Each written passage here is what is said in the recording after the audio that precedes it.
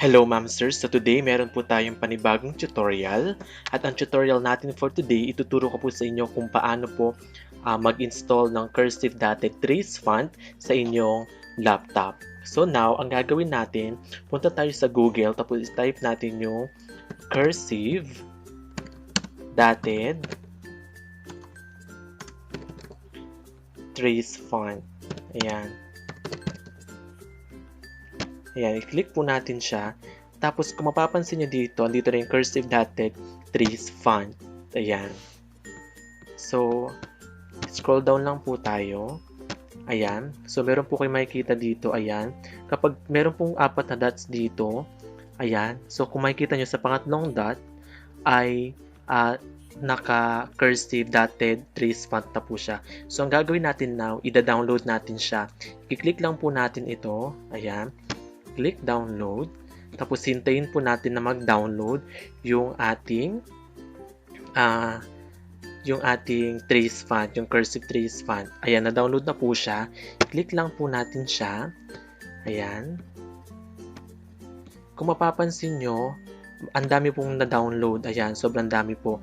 So now, ang hahanapin natin yung cursive na dotted lines. Ayan. So, i-click natin. So, ito po siya, yung pang-apat. So, ang gagawin natin, may mababasa tayo dyan, print at saka install. Ang gagawin natin, i-click natin yung install para ma-install na po siya. Ayan. So, installed na po siya. Ayan. So ang gagawin natin now, punta na tayo sa Word. Ayan. So, mag-type tayo na, halimbawa, type natin subscribe. Ayan. Tapos, i-highlight lang natin. Tapos, dito, hanapin na po natin yung ating in-install na Cursive Dotted Trace font. Ayan. So, ito na po siya. Ayan. Ito po. Ayan. So, kung mapapansin nyo, naging dotted letters na po siya. Ayan. Okay. So, ganun lang po kadali mag-install. Now naman, tuturuan ko naman kayo kung paano po maglagay ng blue, red, blue na lines. So, ang gagawin natin, i-click natin tong insert. Ayan. Tapos, click shapes. Tapos, itong line. Hanapin natin yung line. Ayan. Tapos, siguraduhin natin na maayos po yung line natin, na straight talaga siya. Ayan. So, ibaba natin siya konti. Ayan. Tapos, punta tayo sa format. Palitan po natin yung outline ng ating line. Piliin natin ito. Pwedeng blue ito. Blue, merong dark blue, light blue. Bahala po kayo kung ano pong gusto nyo. Tapos, i-click po natin yan. Ctrl C.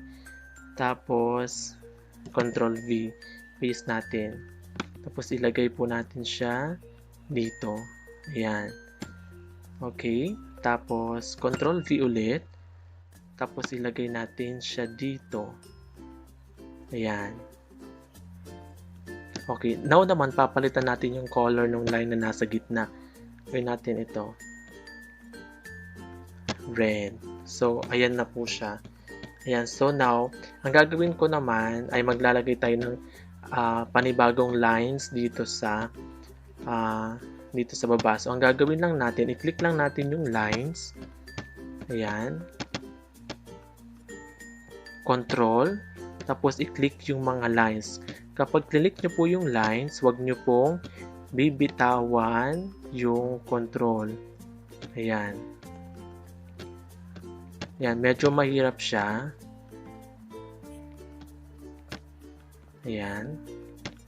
Tapos punta tayo dito sa format. I-click natin yung group. Ayan. So, ayan, naka-group na po yung ating yung blue, red, blue lines natin. Pwede natin yan i-copy, tapos i-paste. Ayan na po. So, mag-type tayo ng iba. Ayan. Ayan. Ang i-type natin ay ano po, type natin yung pangalan ko. Ayan. Mikel.